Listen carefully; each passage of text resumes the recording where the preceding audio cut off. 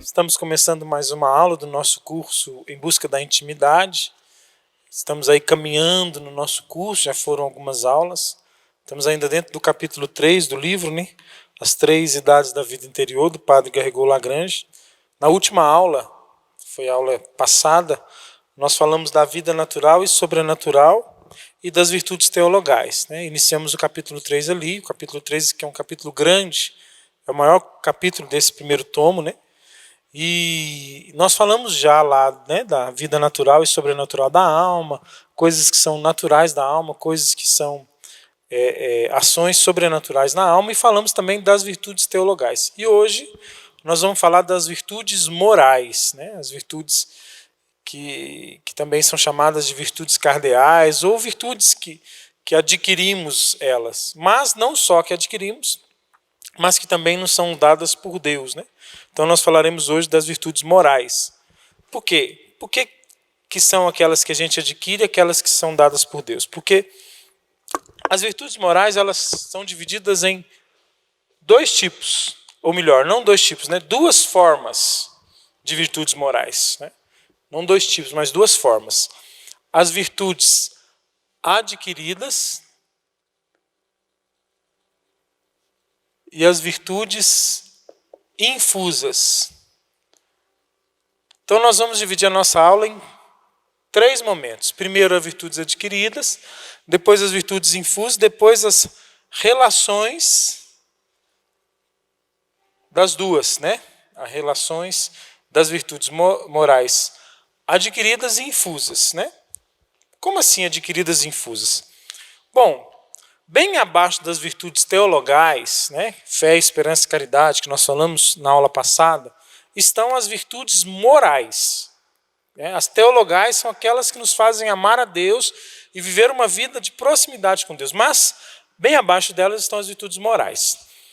Os filósofos, né, os grandes pensadores, né, pessoas que não cristãs, mas que tinham, sim, a sua contribuição na história da humanidade, na busca pela verdade, falaram muito das virtudes adquiridas, que são virtudes que a gente alcança por atos repetidos. Eu pratico aquele ato muitas vezes e eu acabo alcançando aquela virtude, né? Aqui no livro diz assim, ó, podem existir elas, deixa eu só achar aqui, podem existir sem estado de graça e que são alcançadas pelo exercício repetido, né? A repetição de nossos atos, né? Elas são, sim, frutos da repetição de nossos atos. Por exemplo, alguém que sempre tem uma atitude boa, um bom hábito, ele se torna uma pessoa virtuosa a partir daquele bom hábito. É uma virtude adquirida, e é adquirida pelo exercício, pela prática. A prática de algo, né? Eu faço aquilo várias vezes, por exemplo, eu sou uma pessoa que tenta ser honesto em todos os meus atos, eu tento ser justo em todos os meus atos, eu faço de tudo para fazer tudo certo, automaticamente eu vou alcançar virtudes na repetição desses atos, né? Uma pessoa que, por exemplo, ela se abstém, por exemplo, da embriaguez, né? Ela não se embriaga, ou seja, ela é uma pessoa que tem uma temperança, uma sobriedade, é uma virtude, e ela faz isso por um bom hábito, porque ela acredita e sabe que aquilo é importante para ela. Ela alcança a temperança numa virtude adquirida, né?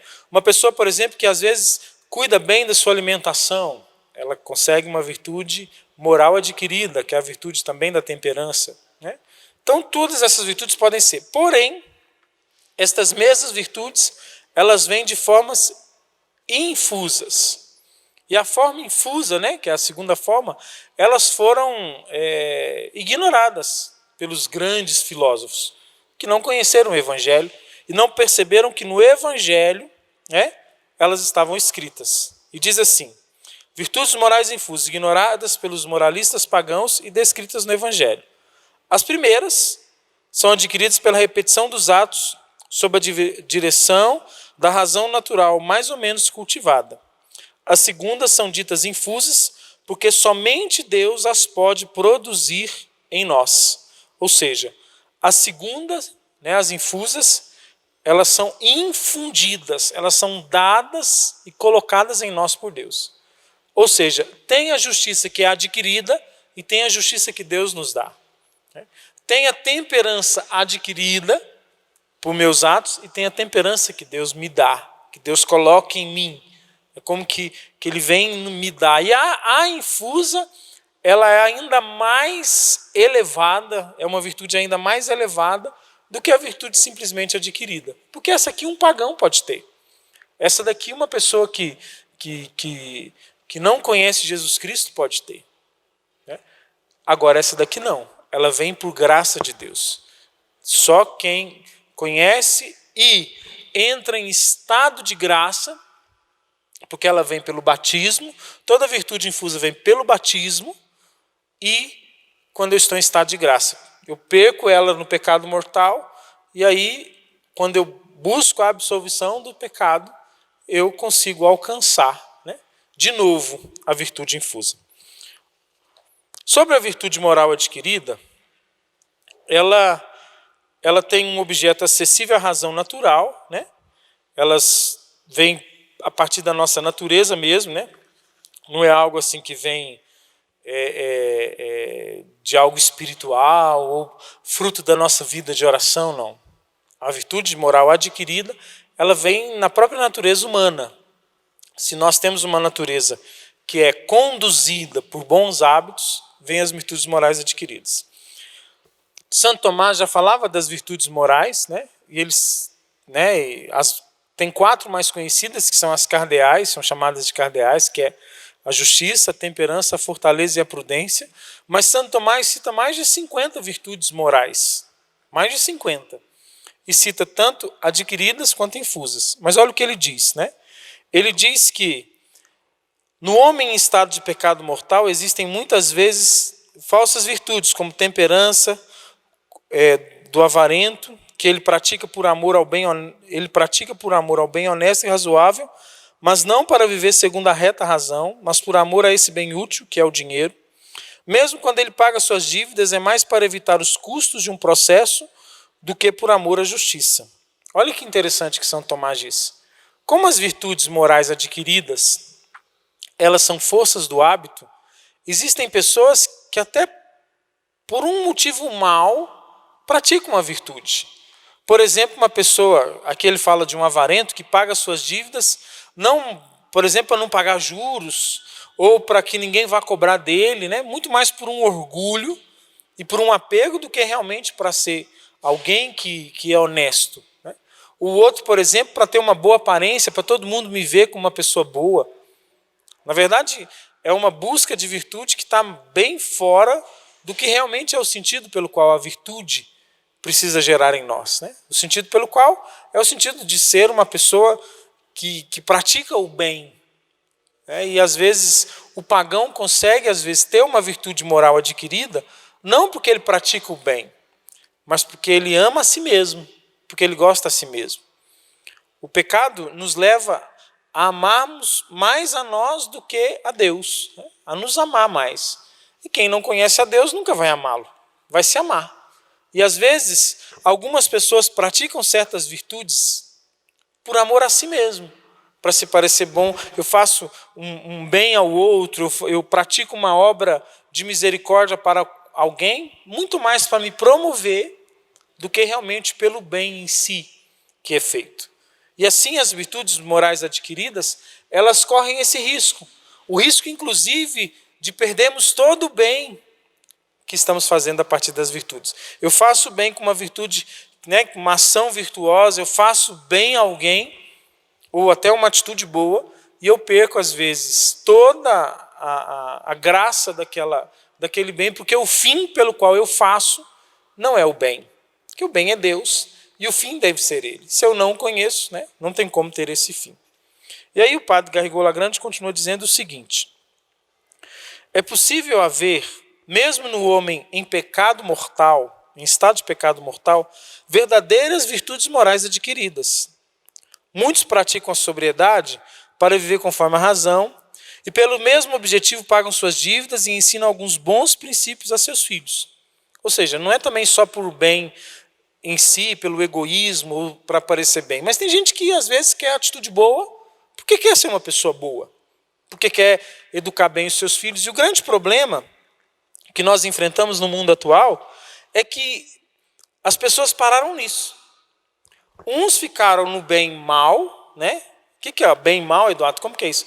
Não, no praticar o bem por um fim mal, que é o egoísmo, que é a autoimagem, que é a vontade de aparecer. Outros praticam o bem por um bem com B minúsculo, um bem em si mesmo. Porque os meus filhos têm que crescer e serem pessoas boas. Porque para a minha família, para a gente dar certo um com os outros, nós temos que cuidar bem uns dos outros. Para que a gente tenha uma estrutura, que a gente alcance bons resultados na nossa vida, nós temos que fazer. E aí as pessoas se tornam até virtuosas, mas ainda é um bem com B minúsculo. E até uma pessoa em pecado mortal consegue, às vezes, dar uma boa educação honesta para o filho e fazer com que o filho queira ser honesto. Eu tenho que ensinar ao meu filho coisas certas, coisas corretas. Às vezes eu vivo uma vida imoral, às vezes eu vivo uma vida longe de Deus, mas eu quero educar os meus filhos e às vezes eu pratico certas atitudes virtuosas para educar os meus filhos. É possível isso, né? Ainda que seja um bem com B minúsculo. Continuando, o padre diz assim: mas quando o homem permanece em estado de pecado mortal, essas verdadeiras virtudes permanecem num estado de disposição pouco estável. Elas não têm uma estabilidade firme, né? Não alcançaram ainda o estado de virtude sólida. Por quê? Ou seja, eu sou honesto, mas se eu estou em pecado mortal, é uma honestidade que não é sólida. Eu sou justo, mas em pecado mortal não é uma justiça sólida. Por quê? Olha o que ele responde. Porque enquanto o homem está em estado de pecado mortal, a sua vontade está geralmente afastada de Deus. Ao invés de amá-lo sobre todas as coisas, o pecador ama a si mesmo mais que a Deus.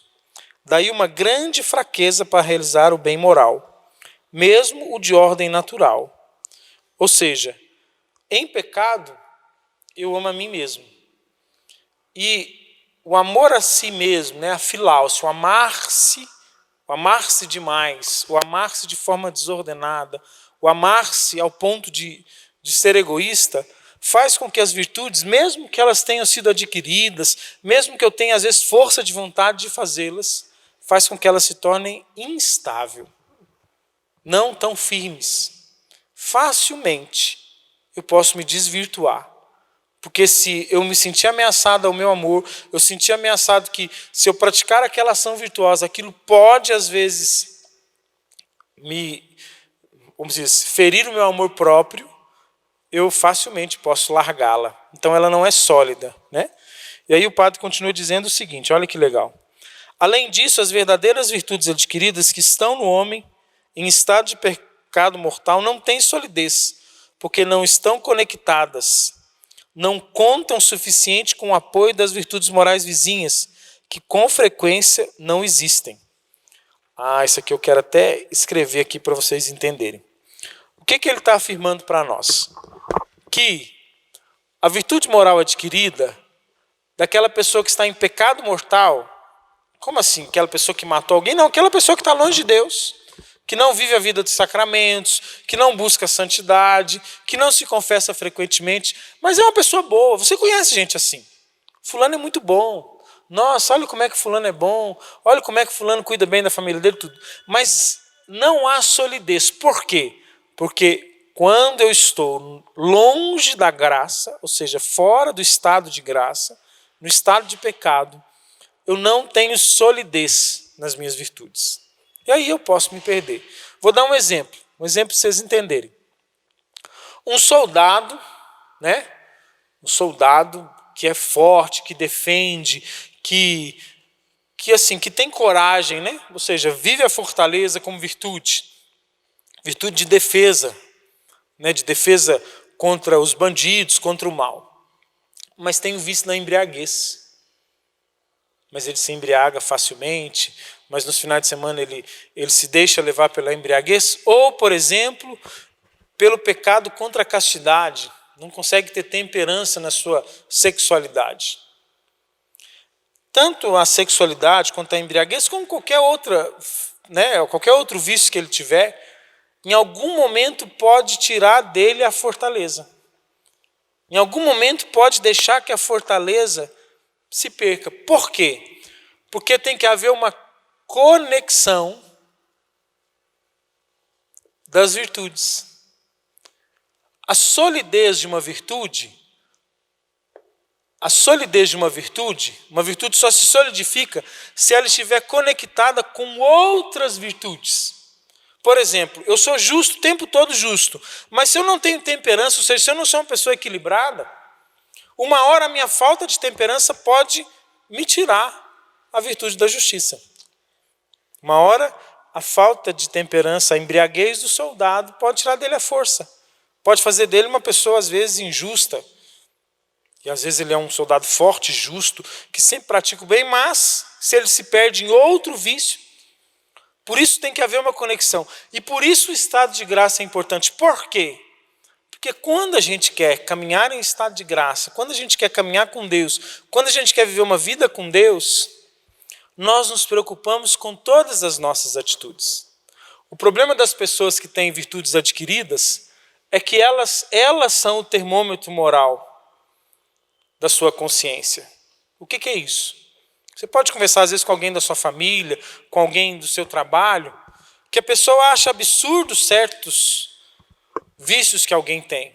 Eu acho absurdo o marido trair a esposa, a infidelidade dele. Eu acho absurdo o político corrupto, desonesto. Ele acha absurdo certas coisas. Mas tem outras coisas que também são vícios, que ele não acha tão absurdo, que também são imoralidades, que ele não acha tão absurdo. Por exemplo, um pecado contra a castidade. Eu acho absurdo o marido que trai a mulher, mas não acho tão absurdo, talvez, o casal de namorado que já começa a relação sexual antes do casamento.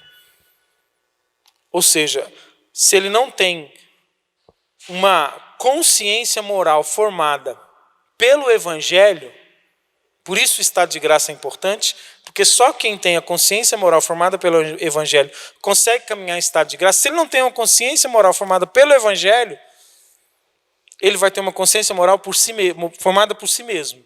E isso faz com que a virtude na vida dele não se solidifique. Por quê? Porque ele é o Senhor da consciência dele. E o pior, se ele é o Senhor da consciência dele, e ele não ama Deus, não caminha com Deus, não caminha em estado de graça, ele ama a si mesmo. Ou seja, a consciência dele vive em função dele mesmo, da vida dele. É claramente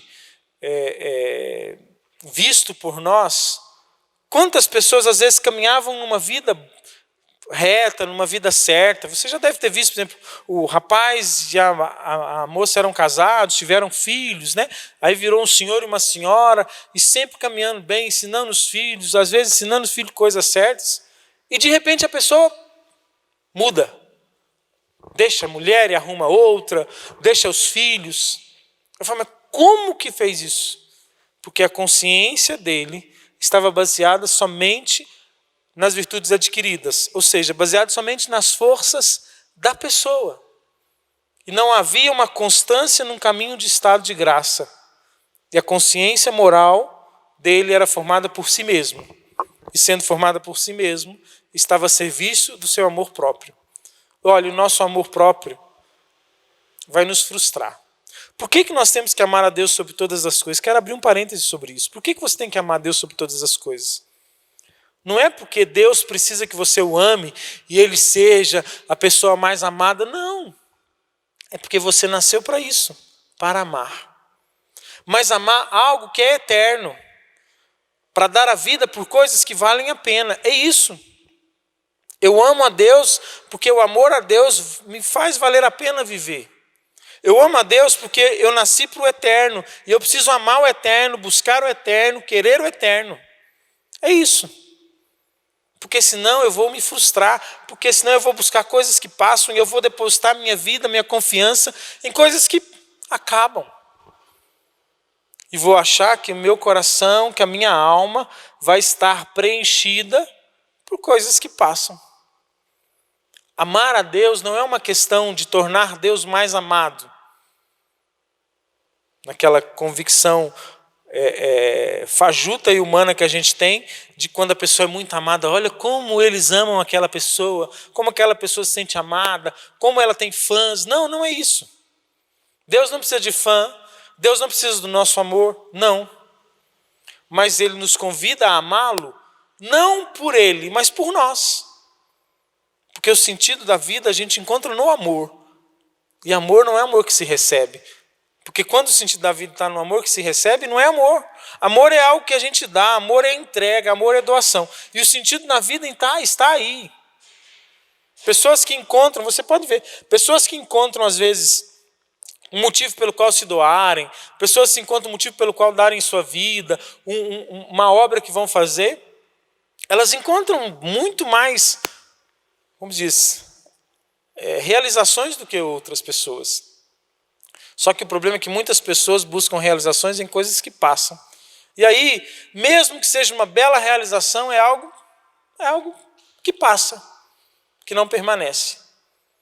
Por isso que Deus nos convida a amá-lo, porque nós nascemos para amar. Aí, quando eu amo a mim e não amo a Deus, eu me torno uma pessoa inconstante. Porque amar a si mesmo é algo extremamente vazio e passageiro. A gente encontra pessoas que às vezes não se encontram. Às vezes todo dia tem que mudar de trabalho, tem que mudar de carreira, tem que mudar disso. Pessoas boas que têm virtudes adquiridas, que têm virtudes boas, mas que não se encontram. Porque a sua vida resume-se em si mesmo. E aí se perdem. Se perdem na consciência, às vezes perdida, se perdem nas virtudes que não conseguem ser constantes, se perdem num vazio que criam em si mesmo. E aí, acabam se perdendo em vícios e desequilíbrios. Por isso as virtudes morais adquiridas, só elas não nos fortalecem, não nos colocam em algo sólido, que podemos dizer que é uma virtude. Continuando, para que as verdadeiras virtudes adquiridas não permaneçam apenas no estado de disposição pouco estável, mas passem ao estado de virtude já sólida, é preciso que elas estejam interligadas. E para isso é preciso que o homem já não esteja em estado de pecado mortal, mas que sua vontade seja retificada em relação ao fim último. É preciso que ele ame a Deus mais que a si mesmo, ao menos com amor de estima real e eficaz. Se não puder ser um amor sensível. E isso é impossível sem o estado de graça e a caridade. Depois dessa conversão, desse entrar em estado de graça, essas verdadeiras virtudes adquiridas podem chegar a ser virtudes estáveis. Elas podem tornar-se conectadas, apoiar-se uma nas outras. E por fim, sobre o influxo da caridade infusa, elas se tornam o princípio de atos merecedores da vida eterna. Alguns teólogos chegaram mesmo a pensar por esse motivo que não é necessário haver em nós virtudes infusas. Olha, as virtudes adquiridas, se a gente caminha com elas por amor a Deus, quero resumir para você isso. Se eu, por exemplo, quero ensinar os meus filhos a justiça, a temperança, e se eu a faço por amor a Deus e busco um estado de graça, elas vão me levar a tocar a eternidade. Eu ainda não estou falando de virtude infusa. Eu estou falando de virtude que eu adquiro. O meu esforço, por exemplo, de ser uma pessoa prudente, de sempre pensar, de sempre agir com prudência. Esse meu esforço, se ele o é, por amor a Deus, não por amor a mim, não porque o meu negócio tem que dar certo, não porque nada pode dar errado, não, mas porque Deus pede para mim, para eu ser prudente. Se eu faço por amor a Deus e eu só consigo fazer por amor a Deus em estado de graça, isso é sério, em pecado mortal não dá. Se eu faço assim, eu já toco na eternidade, a caridade já toca em mim. E eu já consigo amar a Deus, já consigo dar passos. E alguns teólogos falavam que nem precisariam de virtudes infusas. Chegaram a desconsiderar virtudes morais infusas, né? As teologais só são infusas, a fé, a esperança e a caridade é só por graça de Deus. Mas chegaram a considerar que virtudes morais não precisavam ser infusas. De tanto que um esforço repetitivo de uma boa ação, por amor a Deus, nos eleva. Então a primeira coisa que eu queria que você entendesse, as virtudes morais adquiridas, o esforço para fazer o bem, para praticar o bem e evitar o mal, esse esforço contínuo, seja da prudência, da fortaleza, da honestidade, da temperança, esse esforço, se você o faz por amor a Deus, você já toca no eterno. Mas não tem jeito de fazê-lo por amor a Deus em pecado mortal. Porque em pecado mortal nós perdemos a caridade. Não sei se você se lembra da última aula, mas nós dizíamos da fé, esperança e caridade. Quando eu caio em pecado mortal, eu perco a caridade. E perco todas as virtudes infusas morais.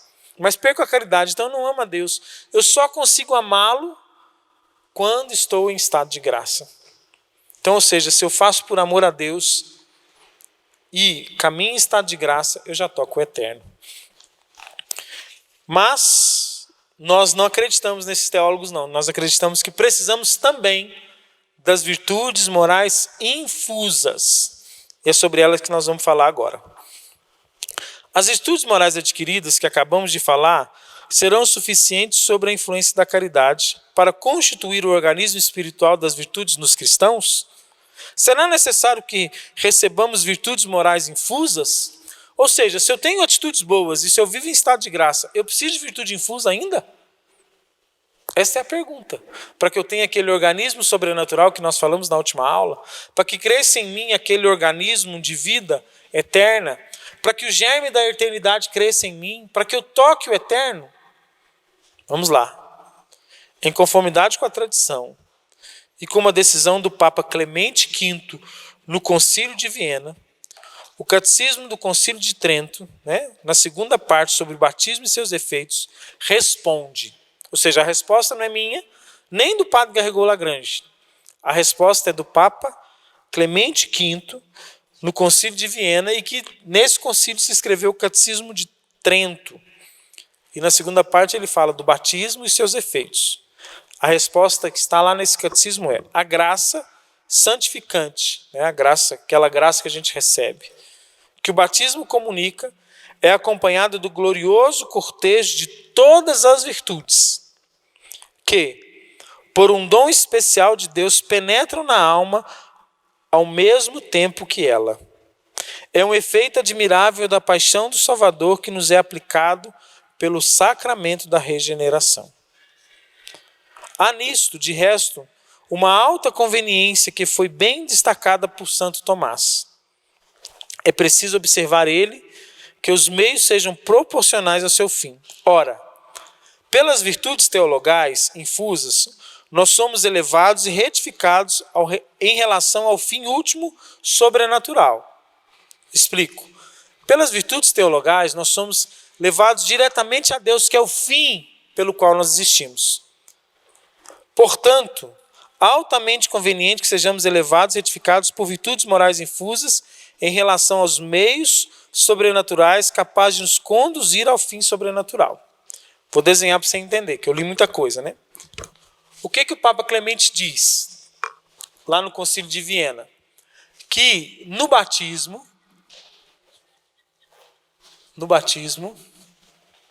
recebemos todas as virtudes. Não só algumas, mas todas as virtudes. Certo?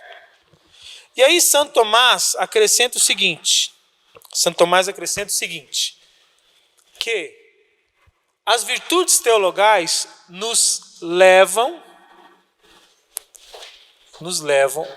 ao fim último.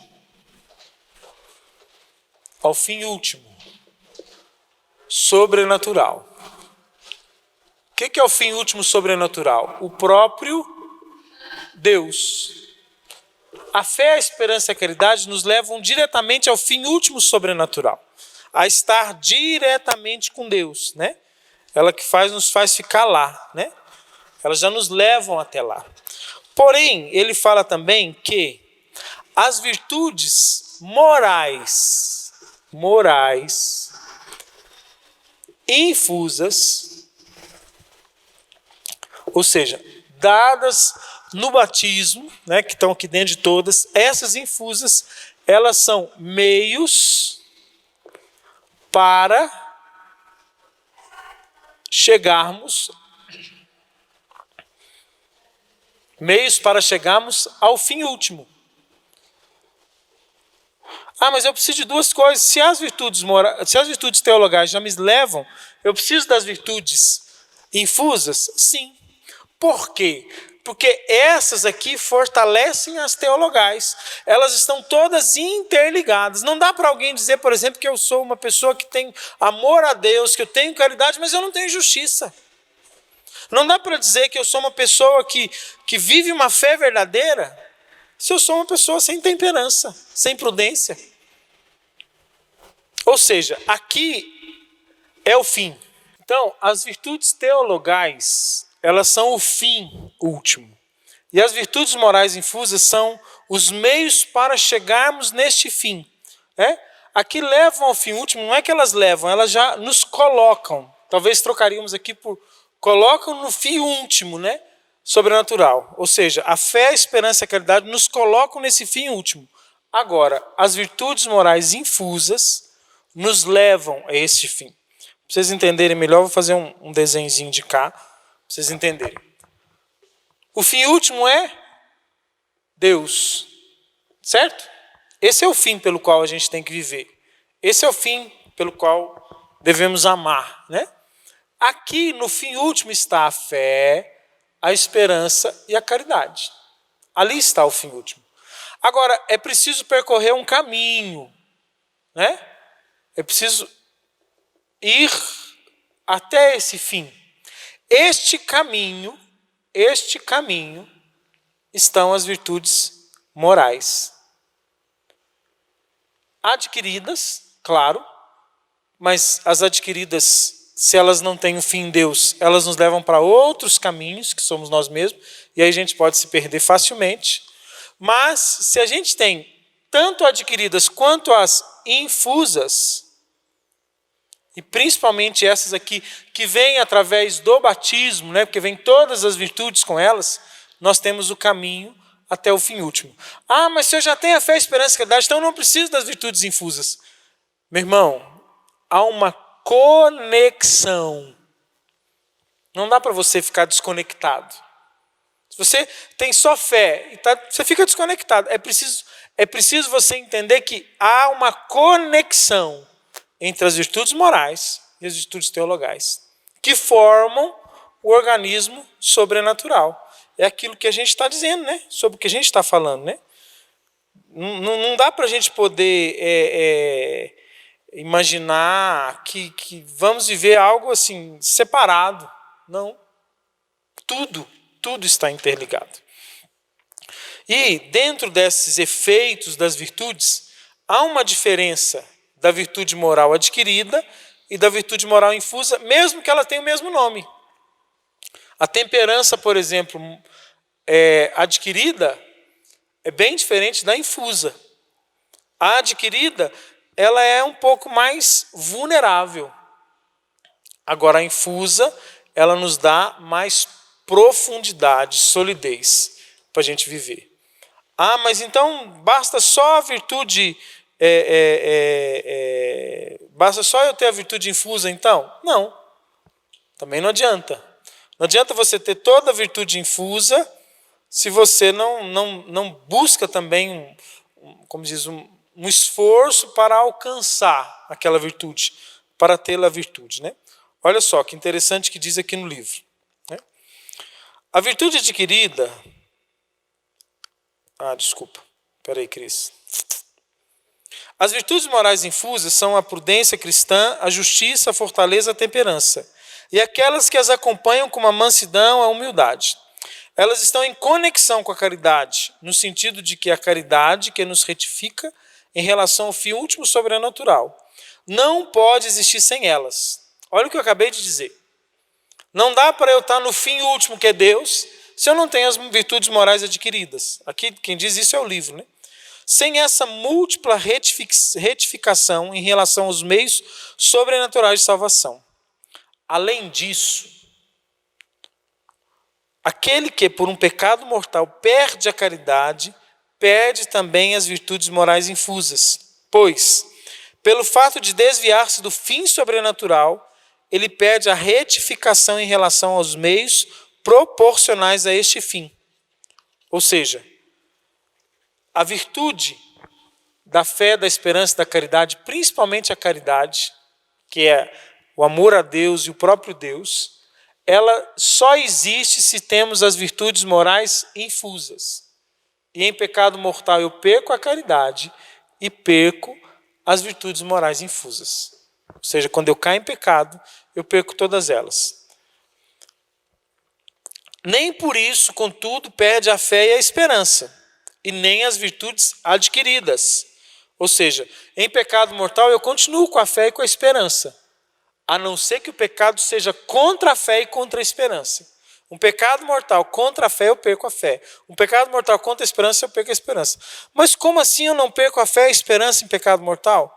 Em pecado mortal, a não ser que eu vou vivendo uma vida de pecado mortal, aí com o tempo ela vai enfraquecendo e esvaziando-se, porque o pecado mortal vai enfraquecendo a fé, mas Deus permite que a fé e a esperança continuem em nós, inclusive para voltarmos para Ele. Porque se perdemos a fé e a esperança, nós nunca conseguiríamos voltar ao estado de graça. E precisamos das duas para voltar para o estado de graça. Agora é fato, quanto mais eu entro no pecado mortal, mais elas se enfraquecem ao ponto de desaparecerem com os anos na vida em pecado. Mas as virtudes morais infusas eu perco todas em pecado mortal. Eu não tenho justiça infusa, eu não tenho temperança infusa, eu não tenho prudência infusa. Eu continuo com as adquiridas no pecado, mas as infusas eu perco todas. E aí, continua dizendo o seguinte: quem com efeito está em estado de pecado mortal, ama mais a si mesmo que a Deus, e tende por egoísmo a faltar seus deveres, mesmo na ordem natural. Ou seja, em pecado mortal, eu vou me amar. Aquilo que a gente já falou muito até agora. Bom, por fim, vamos falar agora das relações das duas, das adquiridas e das infusas. Já começamos, mas vamos enfatizar mais para você entender bem. Em primeiro lugar, a facilidade dos atos virtuosos não é assegurado da mesma forma pelas virtudes morais infusas e pelas virtudes morais adquiridas. As infusas conferem uma facilidade intrínseca, mas nem sempre excluem os obstáculos extrínsecos. É isso mesmo que diz, extrínsecos, eu vou explicar. Que são afastados pela repetição dos atos que formam as virtudes adquiridas. Explicando. As virtudes infusas, elas nos dão uma facilidade interior, intrínseca, interior, bem maior do que as virtudes adquiridas. Porém, elas não tiram todos os obstáculos exteriores que as virtudes adquiridas nos dão. Ou seja, o ato repetitivo nos dá, às vezes, força para vencer certos obstáculos, e aqui nós temos uma facilidade de vencê-los interiormente, né? Um exemplo interessante para você. Uma pessoa é intemperada no vício da bebida, se embriaga facilmente, ele bebe demais, né? Aí, ou, por exemplo, ele é viciado em pornografia, tem o vício da pornografia. Quando ele se confessa, ele recebe a graça santificante que o faz ter uma virtude infusa para vencer esse vício, para vencê-lo. Ou seja, se eu confesso a minha embriaguez, eu tenho a graça interior, uma facilidade interior. O que é uma facilidade interior? De encontrar sentido, de encontrar força interior para vencer. Porém, eu não estou livre dos obstáculos exteriores, das tentações, das coisas que eu vou ver e vão me atrair. Não as perco. E também dos vícios exteriores, que, por exemplo, o vício de beber é aquele vício de ir no mesmo lugar, estar com as mesmas pessoas, fazer aquilo, né? Esses vícios são exteriores, eu não os perco com o estado de graça. Agora, se eu começo a fazer um exercício, um ato repetitivo, eu repito aquela coisa sempre. Por exemplo, para vencer, por exemplo, o vício da pornografia, eu tenho um ato repetitivo, por exemplo, de não ficar na rede social, de não entrar no celular, de não ver vídeos que eu não deveria ver, de fazer coisas para me privar de cair no pecado da pornografia. Aí quando eu me confesso, além desse hábito, além dessa luta exterior que eu já faço, eu também recebo a graça interior. Ou seja, se eu não faço o ato exterior, mesmo tendo a graça interior na minha alma, eu vou ter mais dificuldade de vencer. Por isso que as virtudes infusas e adquiridas caminham muito próximas e muito juntas, né? E aqui diz assim, ó. A virtude adquirida da temperança facilita muito o exercício da virtude infusa do mesmo nome. É o que eu acabei de dizer. Se eu tenho uma virtude, uma atitude concreta, atos repetitivos de uma virtude, quando eu recebo a graça dentro de mim, ela como plenifica, né? Elas se exercem simultaneamente de tal forma que a virtude adquirida é subordinada à virtude infusa, como uma disposição favorável. Assim também, em outro domínio no artista que toca harpa ou piano, a agilidade dos dedos adquirida pela repetição dos atos favorece o exercício da arte musical, que não está nos dedos, mas na inteligência do artista. Se em consequência de uma paralisia, ele perde toda a agilidade dos dedos, não pode mais exercer sua arte devido a um obstáculo extrínseco, ou seja, exterior, sua arte permanece. Contudo, em sua inteligência prática, como no caso de um músico de talento atingido pela paralisia. Olha que exemplo interessante que ele dá. Ele dá exemplo de um músico. O músico, ele treina atos repetitivos, por exemplo, para tocar piano ele treina, ou para tocar violão treina. Só que o que faz aquilo não é o treino somente. O treino facilita. O treino dá a ele um hábito de fazer aquilo sem perceber que está fazendo. Porém, o que comanda aquilo que ele faz e o que permanece que aquilo continue sendo feito é a inteligência. É gravar dentro dele. Eu aprendi a tocar violão de tanto que eu toquei, tudo bem. Mas se eu não gravei na minha inteligência aquilo que eu fiz repetidas vezes, não adianta. Não adianta. Porque aí quando aparecer uma música nova, eu preciso ter gravado assim que como é que é a letra, como é que é a nota tal, como é que é a outra nota, como é que é aquele dedilhado, como é que é aquele movimento no piano. Isso tem que estar gravado dentro de mim. Não é nos dedos que vai gravar. Os dedos, atos repetidos dos dedos vão me dar facilidade de fazer aquilo que a minha mente aprendeu a fazer. Mas o aprendizado está aqui, dentro da cabeça. Aqui é a virtude infusa, aqui a virtude adquirida. Ou seja, eu pratico um ato repetidas vezes, mas se eu gravo ele dentro de mim, eu não o perco, mesmo que fora eu não consiga fazê-lo. Assim como um músico que às vezes é acometido por uma paralisia. Entenderam? Então, a virtude infusa, ela é aquela que está acima da virtude adquirida. A virtude adquirida está subordinada a ela, como os dedos de um músico está subordinada à sua inteligência. Ou seja, se a inteligência não agir, ele não consegue alcançar tudo que ele precisa. Normalmente deve haver aí duas funções subordinadas que exercem conjuntamente. O mesmo acontece no caso da virtude adquirida e da virtude infusa, que tem o mesmo nome. Assim também, a imaginação está a serviço da inteligência e a memória a serviço do conhecimento. Eu estudo, busco conhecimento, mas se eu não memorizar, eu não tenho nada. Eu tenho muita imaginação, mas se eu não tenho inteligência para usar da minha imaginação, eu não tenho nada. Ou seja, eu tenho muita virtude adquirida, mas se eu não tenho a virtude infusa, eu não tenho nada. Acho que ficou bem claro que ele diz assim, né? Essas virtudes morais consistem em um justo equilíbrio entre dois extremos, o excesso e a falta. Ou seja, o que é a virtude? É o meio termo. Não é nem de mais e nem de menos, é o justo equilíbrio. A fortaleza não é aquele que é ao ponto de ficar com medo, eu não posso fazer nada, eu tenho medo, mas também não é aquele que vai, por causa da fortaleza, ser aquele que vai enfrentar tudo e todos. Não é aquele que vive o equilíbrio, o justo equilíbrio, né? O equilíbrio mesmo de não estar nem em excesso, nem em falta. Por exemplo, a fortaleza conserva um justo equilíbrio entre o medo, que foge do perigo, por um motivo razoável, e a temeridade, que levaria a correr risco sem razão suficiente. Ou seja, eu não tenho medo, mas ao mesmo também eu tenho um temor que não me deixa, né, fazer mais do que deve. Mas é um justo e verdadeiro equilíbrio. Porque tem gente que às vezes quer se permanecer numa atitude às vezes má, uma atitude que não é verdadeiro bem, em nome de ser uma pessoa virtuosa. E na verdade está num desequilíbrio, né? Olha o que Padre Garrigou-Lagrange diz. O justo equilíbrio verdadeiro, da verdadeira virtude, não é um meio termo, simplesmente, entre dois vícios contrários.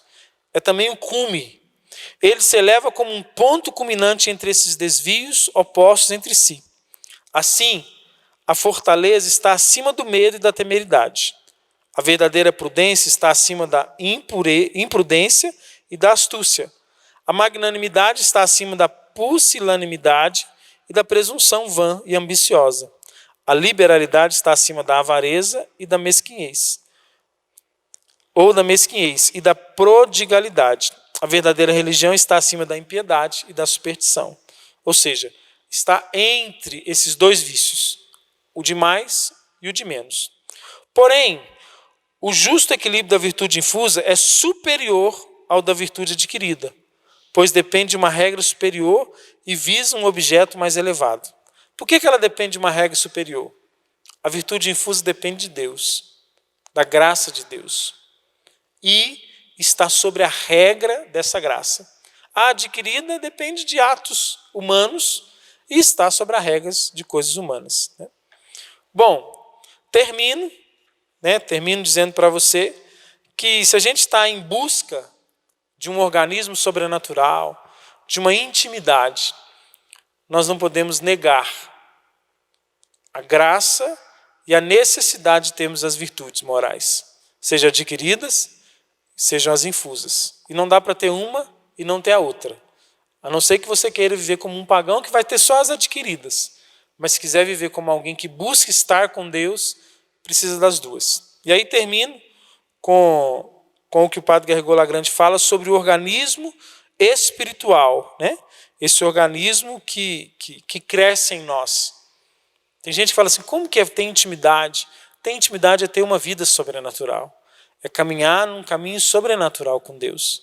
É viver a vida de Deus, a vida com Deus.